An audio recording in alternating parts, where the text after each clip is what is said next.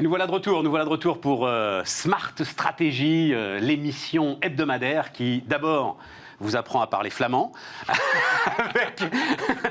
avec donc, là, je vais y aller, là, Augustin Van Rijkevorsel. Mais c'est magnifique, Rijkevorsel, voilà. Splendide. Et qui ensuite, beaucoup plus sérieusement, vous parle de stratégie. Augustin, vous allez commencer à le connaître sur Bismart, il nous accompagne régulièrement. Jeune conseiller en stratégie qui essaye de sortir, je le cite, du bullshit de consultant. Mais ce qui est parfois un tout petit peu compliqué. On avait dit que ça restait off. Ce qui est parfois un tout petit peu compliqué. Non, et puis l'idée, c'est de rencontrer un chef d'entreprise. Alors, cette fois-ci, on va commencer par le présenter, parce que peut-être que Joachim Hazan, vous voudrez réagir aux quelques infos que commentera Gus, et puis c'est mieux d'ailleurs si vous réagissez. Donc, on va commencer par vous présenter, Joachim. Novaxia, vous nous dites en quelques mots ce que fait Novaxia et ce que fait votre groupe.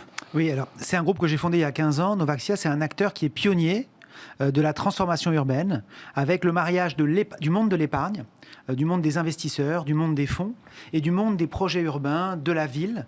Et en mariant, en décloisonnant ces deux mondes, eh ben, on crée de la valeur pour nos investisseurs, on imagine des nouvelles façons de construire la ville, de reconstruire la ville sur elle-même. Mais vous faites des immeubles, si on résume le truc. Alors, ça va beaucoup plus loin que ça, Stéphane. C'est que je vais vous donner quelques chiffres clés. Donc, on pilote environ 3 milliards d'euros d'opérations immobilières, qui sont des opérations d'acquisition de bureaux obsolètes, de bureaux vacants. Donc, on ne construit pas des immeubles, on les transforme. On les réhabilite. On les réhabilite, on les transforme. Ça a plein de vertus, on en parlera, qu'elles soient environnementales. Ah oui, on en parlera, parce qu'énormément de promoteurs me disent en fait, c'est une fausse bonne idée. En fait, ça coûte plus cher que de mettre par terre et de reconstruire. Alors, effectivement, c'est pas la solution de facilité, c'est la face nord, c'est la face audacieuse, c'est la face différenciante, c'est la phase où il faut être ingénieux. Et justement, toute la difficulté, c'est de marier... On n'est pas promoteur chez Novaxia. Donc, je vous tiens un autre point de vue. On est investisseur. Et le fait d'être investisseur, d'avoir fédéré des investisseurs, d'avoir devant soi 6 ans, 8 ans pour des opérations, eh bien, ça donne un autre angle sur la ville que de dire j'arrive avec mon bulldozer et je construis des bâtiments neufs. Ce n'est pas notre propos. Notre propos, il est de reconvertir, transformer, arbitrer un marché de bureaux obsolètes, vacants, et on va en dire un mot, c'est pas prêt de s'arrêter, pour le transformer en logement. Passionnant. Bon, on va parler de tout ça. D'abord, l'ensemble des infos, les quelques infos que tu as retenues, Gus. Alors, la première, c'est autour de Carrefour. Qu'est-ce qui t'intéresse autour de Carrefour ? Carrefour, ils lancent leur première marketplace. Alors, c'est intéressant parce qu'il y a encore 3-4 ans, imaginez que les gros retail fassent du direct to consumer, c'était inimaginable. Ils étaient complètement dépendants de leurs fournisseurs et surtout pas aller toucher aux consommateurs en direct. Et là, maintenant, le fait qu'eux-mêmes fassent ça, on a quelque chose d'assez intéressant. Attends, ça veut dire quoi, marketplace de Carrefour ? Ça veut dire quoi ? Carrefour va permettre à Danone de vendre en direct ? Exactement. Par son intermédiaire ? Par sa marketplace ? Tout à fait, exactement. Et donc, ils vont pour 2020, ils veulent avoir leurs premiers 100 vendeurs, et donc avec plus de 100 000 références. Et donc, c'est intéressant de voir un move où, en fait, ils viennent un peu ils viennent eux-mêmes se tirer une balle dans le pied, entre guillemets, mais pas parce qu'ils veulent aller plus vite que la musique, ou sinon ça... Le sujet, c'est quoi ? Le sujet, c'est de concentrer finalement autour de sa marque un maximum d'actes d'achat, un maximum d'actes commerciaux. Exactement. Et à un moment, par ruissellement, ça retombera d'une manière ou d'une autre. Exactement. Et de toute façon, si ce n'est pas eux qui le font, c'est quelqu'un d'autre qui le fera. Donc, ils sont un peu obligés de bouger là-dessus. Joachim ? Mais ça s'appelle de la disruption, quand même. Ça s'appelle disrupter son circuit de distribution et d'être qu'un distributeur internalise sur ses étagères le métier de fabricant. Ouais, tout à fait. Et il y a un côté aussi, parce que ça, c'est un truc absolument passionnant, c'est tout ce qu'on a raconté 25 000 fois sur Kodak. Mais en même temps, j'avais toujours l'impression qu'il y avait une forme de fatalité. Une grande entreprise ne pouvait pas finalement se disrupter elle-même, et c'était impossible de se transformer et d'accepter de perdre du chiffre d'affaires pour peut-être en regagner dans 5 ans ou dans 10 ans. Finalement, on se rend compte que beaucoup de grands groupes sont en train de se dire on n'a pas le choix, il va falloir... Complètement. Et ça se voit dans plein de secteurs. Hein. Quand tu commences à le voir sur le bancaire, tu le vois chez les retailers, il y a tous des acteurs qui font des moves qu'il y a 5 ans, on s'imaginait jamais ils iraient là, et on les voit arriver. Donc voilà. Très bien. Deuxième info, Sanofi qui investit 650 millions, je crois, c'est ça ? Exactement. En France pour un centre de recherche de vaccins. Voilà, écoute, on en a parlé, la crise va sans doute ramener un certain nombre de business parce qu'on a cette notion de résilience par rapport à des crises. Forcément, le vaccin et le médical est la première vague de résilience. Ok, mais on ne peut pas être aussi dépendant des pays étrangers, donc c'est le vrai challenge là. Donc le médicament était extrêmement exploité à l'extérieur. On était très dépendant des usines chinoises notamment. Donc, ils vont énormément investir ici en France pour ramener un peu la propriété et s'assurer une certaine résilience vis-à-vis de ça. Je te vois pas trop d'accord là-dessus. Non, Joachim. Un avis là-dessus? Alors, sur la domestication, enfin, le rapatriement... Réindustrialisation. Le nouveau mot à la mode partout. Réindustrialisons, comme s'il suffisait de claquer des doigts. Bah oui, Sanofi, viens mettre ton usine. Je vous conseille, alors il se trouve que c'est un sujet qui moi me passionne, qu'on traite sur Bismart avec des industriels. Je vous conseille d'aller sur notre site et d'aller voir l'interview d'Alexandre Sobo, ancien patron de l'UIMM, Union des industries. Alors c'est plus métallurgique et minière, maintenant c'est métier de la métallurgie, parce qu'il n'y a plus de mine. Lui-même patron de Lot. Pour bouger un mur d'une usine, aujourd'hui, en France, vu les contraintes juridiques, vu l'ensemble des groupes de pression qui se mobilisent pour t'empêcher de bouger, il faut 6 mois déjà. Tout à fait. Pour un mur d'une usine existante. Non, complètement. Alors, il y a un autre aspect là derrière, c'est que réindustrialisation, ça ne veut pas dire forcément remettre toute la difficulté qu'il y a là derrière. C'est prendre une certaine partie qui sont les plus dangereuses si on ne les a pas dans le pays. Donc, ça ne veut pas forcément tout faire. Stéphane, c'est pas moi qui veux vous contredire. Quand vous parlez de bouger un mur, il faut 6 mois. Quand on dépose un permis de construire, c'est un petit peu long, donc je ne vais pas vous contredire. Exactement. Tout à fait. Dans... crise immobilière, pas crise immobilière, peu importe. En tout cas... ça pose un problème. Aujourd'hui, moi je le pense profondément, les prix de l'immobilier dans les grandes villes posent un problème à partir du moment où un jeune couple ne peut plus décemment se loger. Voilà, on va le dire comme ça. J'ai presque envie de dire, quel que soit son niveau de salaire. Non, évidemment, le dernier décile, c'est possible, mais sinon, quel que soit son niveau de salaire. Et ça, ces freins à la construction, ils sont avant tout réglementaires et juridiques. Ils sont en partie réglementaires et juridiques, mais ils ne sont pour moi qu'un petit bout de la lorgnette. Le gros bout de la lorgnette, c'est la faute au taux bas. C'est la faute au taux bas, c'est la confiscation. Je dirais que c'est la hausse du marché. La hausse du marché qui fait que aujourd'hui le foncier est tellement cher qu'une des pistes pour éviter la énième redite sur on nous met trop de normes, c'est vrai. Mais moi je voudrais vous faire regarder ailleurs, si vous permettez, c'est sur le côté séparation du foncier et du bâti. Le problème qu'on a, c'est que le foncier, il est horriblement cher et les taux sont tellement bas qu'il y a une confiscation de la rente immobilière, du prix des actifs par ceux qui possèdent au détriment de ceux qui ne possèdent pas. Et donc, la seule façon de rééquilibrer cela, c'est un switch culturel, c'est de l'économie de l'usage, c'est de se dire finalement, et il y a un certain nombre de dispositions, on parle d'amphithéose, on parle d'usufruit, Absolument. On parle de flexipropriété. Très intéressant. Et donc, du coup, quand on achète un bien, 60 ou 70% de sa valeur, eh bien, on l'achète au prix d'un loyer, mais on renonce à quelque chose qui est culturellement compliqué en France. C'est comme les Anglais le font depuis des dizaines et des centaines d'années. Ce qui n'empêche pas les prix de flamber, d'ailleurs, à Londres en tout cas. Voilà. Complètement. Maintenant, la décote de 30 à 40%, elle permet à un couple d'acheter uniquement le bâti et pas le foncier. Ouais. Et je paye 70% ou 60% de la valeur, ce qui me permet pour le prix d'un loyer de me créer un patrimoine. C'est quand même un sacré paradoxe, Joachim, parce que les taux bas, c'est aussi ce qui permet de resolvabiliser une partie de la clientèle qui ne pourrait pas suivre la hausse des prix. C'est très ambivalent là-dessus. Tout à fait, c'est juste. Alors, sauf que c'est une fuite en avant. Alors, déjà, on est en train d'emprunter maintenant sur 25, sur 30 ans. Bon, peut-être qu'on empruntera sur 50 ans, premièrement. Deuxièmement, ça met le ménage qui emprunte dans une telle situation de devoir, à un moment donné où il a le plus besoin de son épargne pour aussi sa vie quotidienne, ça lui met une forme de pression sur son train de vie. En fait, il se serre la ceinture pendant 30 ans, puis à la retraite, ils commencent à avoir des revenus. Mais c'est pendant qu'ils ont entre 30 et 50 ans qu'ils ont besoin de profiter en fait, de la vie. Et mettre 60 ou 70% sur un loyer ça reste abordable, ça laisse un reste à vivre, comme on dit, suffisamment ample pour permettre d'avoir un train de vie. C'est ça, oui, tout à fait. Après, comme disait Les drive-in, non, parce qu'après, on n'aura plus le temps de parler de stratégie.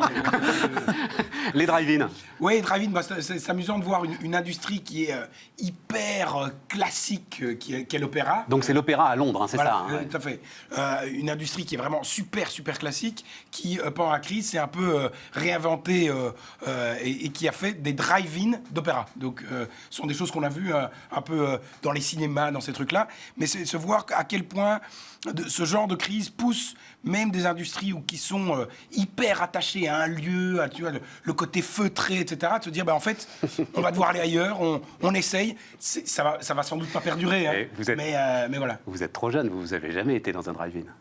Même dans des voyages aux États-Unis, c'était déjà fermé. Non, je l'ai vu dans des films. Vous l'avez vu, je crois que les derniers ont fermé, parce que moi j'ai eu cette chance, ça doit être début des années 80. Il y avait cette série Happy Days, vous vous rappelez cette série Happy Days? C'est les années 50, voilà. Les débuts des années 80. Mais On regardait pas les films dans les drive-in. Bon. Quoi Allons-y.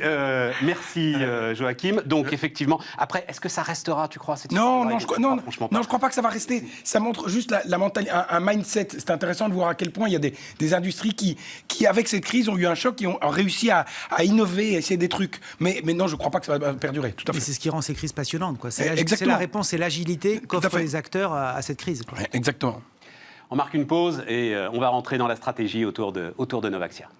Deuxième partie de Smart Stratégie. Gus, je te laisse la main. Oui, moi j'ai une première question pour toi, parce que dans l'IMO, il y a un truc assez un peu frustrant, c'est quand tu construis, bon là tu réhabilites, mais quand tu remets un bâtiment à neuf, en fait tu prends tout ton cash au début et c'est pas du tout un business récurrent. Tu dois constamment trouver d'autres bâtiments derrière.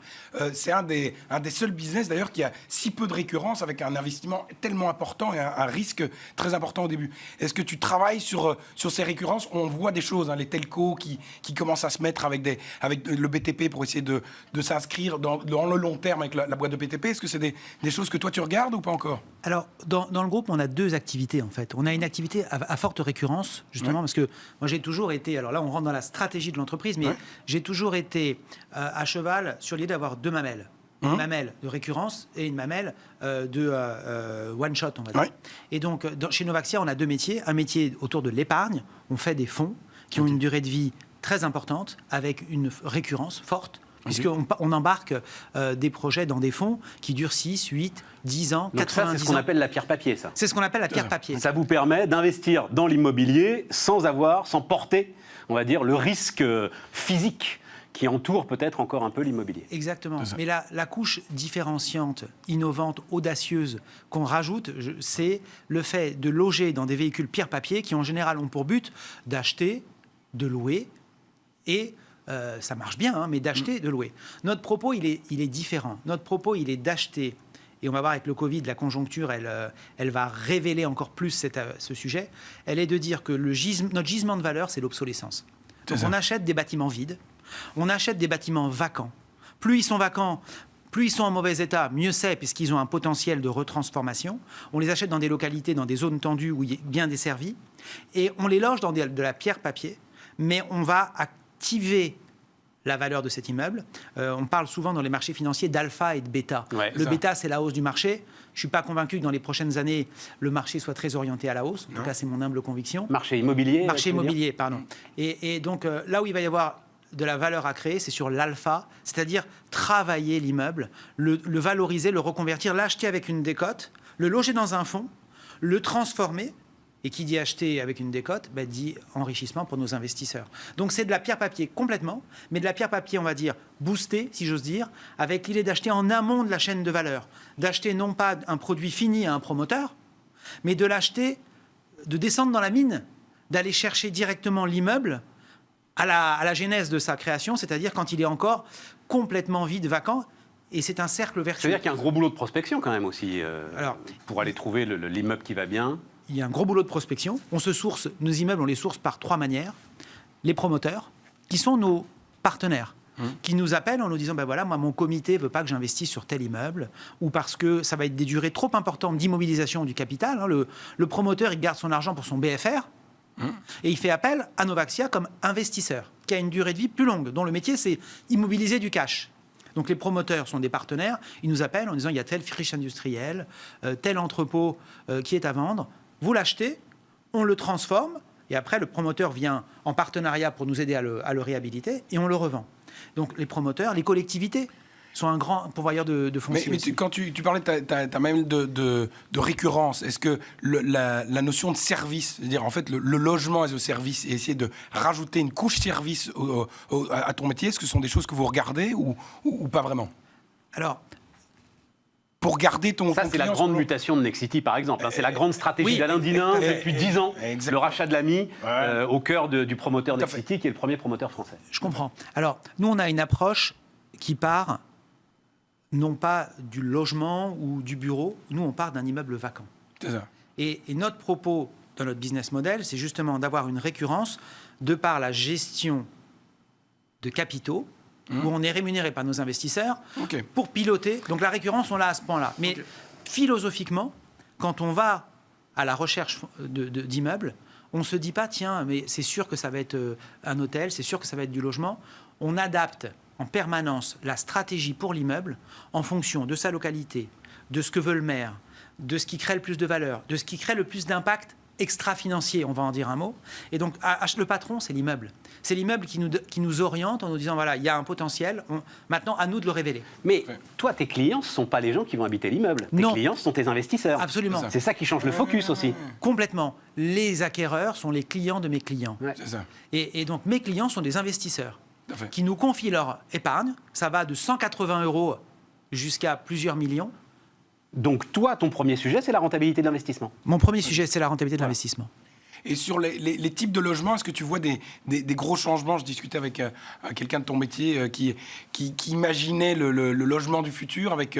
bon, il y a déjà la pièce bureau. Est-ce que c'est des choses qui aujourd'hui... on parle d'une pièce bureau il y a 10 ans, de dire, écoute, moi j'ai envie d'avoir ces mètres carrés dans ma salle à manger, dans ma cuisine. Aujourd'hui, ne pas avoir un bureau à la maison avec ce qu'on a connu, certes, on n'aura pas du télétravail comme on l'a connu là maintenant, mais c'est sans doute quelque chose qui va rester de manière plus récurrente et du coup plus structurelle. Est-ce que... Alors, notre raison d'être, Ouais. c'est d'inspirer la ville. Donc, notre mindset, c'est ça. On va inspirer la ville. Donc, aller au-devant des mutations qu'on observe. Donc, on se veut pionnier, avant-gardiste. Et donc, évidemment que ces sujets, ils sont dans notre quotidien. Alors, je me méfie aussi, moi, des effets de mode, mais on va en dire un mot. Ouais. Ce qu'a révélé la crise du Covid, c'est qu'il y a eu un marché du bureau en Île-de-France, qui a été multiplié par 5 entre 2009 et 2020. On est passé d'un marché de 9 milliards d'investissements annuels à 42 milliards d'investissements annuels. Le marché était devenu dingue dans l'immobilier de bureau. Et ça veut dire quoi, Mais ça? est-ce qu'on peut parler de la France? Alors, Parce que la Joachim, France, c'est t'as l'Île-de-France où Oui. tu es sans doute en tension. Ça a un sens de parler Alors, du pays. je cite le chiffre statistique national, mais Ouais. évidemment, il est le reflet de très grandes métropoles et en majorité des zones tendues, Ouais. des zones où il y a du bureau. Ouais. Tout ça peut peut-être évoluer, mais en tout cas, un marché multiplié par 5. Et ce qui a la caractéristique, et je viens à ta réponse évidemment, mais je prends un biais macro pour y venir. Multiplication par 5 du marché de bureau. 9 milliards, 41 milliards. Des investisseurs qui sont devenus fous. La prime de risque.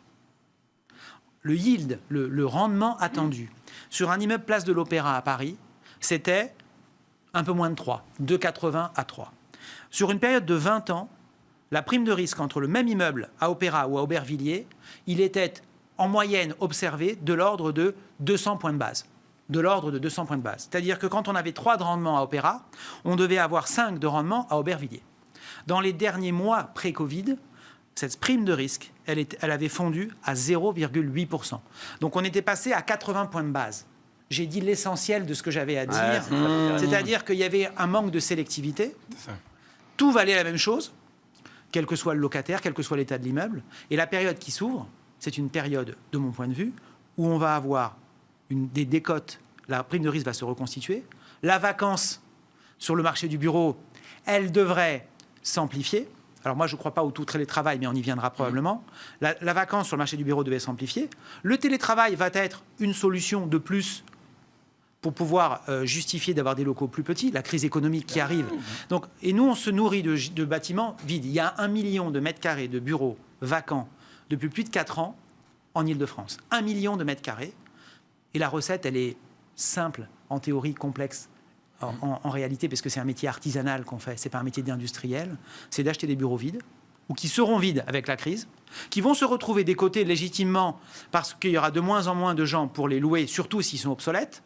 70% de la demande de bureaux est sur du neuf, 70% de l'offre est sur de l'occasion. Mais oui, mais ça ne répond pas à la question comment tu vas gagner ta vie à partir du moment où c'est en réhabilitant, si c'est moins cher de mettre par terre et de reconstruire. Bien sûr. Alors, la question, c'est évidemment que c'est plus cher. C'est plus cher de transformer. De réhabiliter. C'est plus cher de transformer. On est d'accord. C'est plus cher de transformer, c'est sûr. Mais quand on achète un bien qui est décoté, sur lequel il y a une pression concurrentielle plus faible, parce que quand on achète un terrain et qu'on veut construire du neuf, c'est la foire d'empoigne pour le prix. Mais là, quand on achète quelque chose dont les gens veulent moins, où il y a une intensité concurrentielle plus forte, eh bien, on a une décote à l'entrée. Et on parle beaucoup des inconvénients de la transformation de bureaux en logement. On pourrait en dresser la liste, elle est longue. Parlons aussi un peu des avantages. La rapidité. Puisque quand on transforme, on économise toute la phase de gros œuvres, on a moins de risques de contestation du permis de construire, puisque quand on passe devant, il y a le bâti. Et j'en viens à mon dernier argument qui parle à nos investisseurs institutionnels comme particuliers, c'est la notion d'investissement à impact. Bien sûr. Les maires, quand on va voir un maire, prends l'exemple de ce qu'on a remporté un appel d'offres à Nanterre. Le conseil départemental du département du 92. Un bâtiment, un blocos de 30 000 mètres carrés. Tous nos confrères, on avait 13 gros opérateurs, c'est un projet de plus de 100 millions d'euros d'acquisition. On était 13 opérateurs à postuler. Sur les 13, nous étions les seuls à avoir dans notre stratégie de le conserver, on désosse les façades, et de le transformer. Eh bien, conserver, ça crée de la valeur. Et voilà. Et c'est de l'économie de matière. Enfin, c'est en termes de développement durable, c'est inattaquable. Inattaquable. Ça pourrait même se permettre d'être un tout petit peu plus cher. Il y aurait là, quelque part, c'est une de mes grandes marottes, le Mark to Planet, il faudrait quelque part mettre dans le bilan de l'entreprise qu'elle utilise un immeuble réhabilité et que donc sa marque sur la planète est un peu moins importante que celle qui utiliserait un immeuble neuf. Alors, on a chiffré tout cela. On a mis en place une démarche d'impact investing qui repose sur 3 piliers, les hommes, les territoires, l'environnement. On chiffre, on objective chaque année notre empreinte sociétale. Et donc, très concrètement, combien d'emplois créés, combien de matières économisées. On travaille beaucoup sur des sujets d'économie circulaire. Quand on garde des portes et des fenêtres, les portes de 1970, elles sont en bois. Les portes de 2020, elles sont en bois. C'est à peu près la seule similitude entre les portes de 70 et de 2020. Et donc, on peut récupérer le bois. Les vitres, on peut récupérer le verre. On les fond, on les récupère, on les réemploie. Et nos investisseurs, ils nous attendent sur 2 thèmes, la rentabilité et le sens. C'est intéressant, je fais un petit détour là-dessus, mais je ne sais pas si tu as vu. Rapide parce qu'on est quasi au bout. Mais BlackRock a investi il y a une grosse année sur une boîte de notation justement uniquement RSE. C'est-à-dire, elle vient noter les boîtes, pas pour le rendement, mais sur le truc. Et on en reparlera, le sujet il va plus loin en fait. Le sujet Mark to Planet, c'est pas seulement de la RSE, il faut que ce soit comptable. C'est-à-dire qu'il faut qu'il y ait une norme comptable de la même manière qu'il y a le Mark to Market pour le Mark to Planet. Et il se trouve que c'est un grand directeur financier qui s'appelle Bertrand Badré, ancien directeur général de la Banque mondiale, qui porte ce slogan, ce hashtag. Et donc on en parlera très très régulièrement sur Bismart. Je pense que c'est indispensable pour avancer. Complètement. Alors, mais il va falloir qu'on conclue là, Gus. Malheureusement, c'est absolument passionnant, mais on est au bout. Non, mais écoute, on te réinvitera pour approfondir le sujet. T'as encore une question, on a encore 2 minutes. Il y a juste un truc, parce que tu parlais du télétravail. Est-ce que j'espère pour toi que tu n'as pas pris la claque avec tous ces coworking places qui ont pris un peu cher pendant la crise. Est-ce que tu imagines que ce secteur-là va commencer à se fragmenter, se retrouver dans les immeubles de particuliers? Parce que ce qui est intéressant, c'est de voir à quel point il y a des mètres carrés perdus dans des immeubles particuliers et qui en fait pourraient être réponse courte, Joachim. Réponse courte. 2 minutes. La pression. Moi, je crois à un rééquilibrage du bureau au pied des appartements. Et je crois que les quartiers d'affaires vont souffrir parce qu'il y a des quartiers monolithiques. Ouais. La polarisation des quartiers de bureaux, des quartiers de logement, je pense que c'est fini et qu'il va y avoir un rééquilibrage. Ça passe par... Alors, personnellement, j'ai toujours été dubitatif sur la stratégie de WeWork, mais c'est encore autre chose. Ouais. Je pense qu'on aura peut-être des coworking à taille plus humaine et pas des mastodontes qui viendront peut-être... parce que quand on parle de télétravail, est-ce qu'on parle de home office ou de remote office? Et moi, j'ai travaillé avec mes enfants dans l'EHPAD. Personnellement, je préfère le remote office au home office. Et donc, je crois beaucoup qu'il y aura une satellisation, une pollinisation des lieux de bureau qui viendront plus proches des logements. C'est ça. Okay. Joachim, c'était parfait, c'était formidable. Gus, je te remercie. Merci à toi. Et les amis, on se retrouve la semaine prochaine pour un nouveau numéro de Smart Stratégie.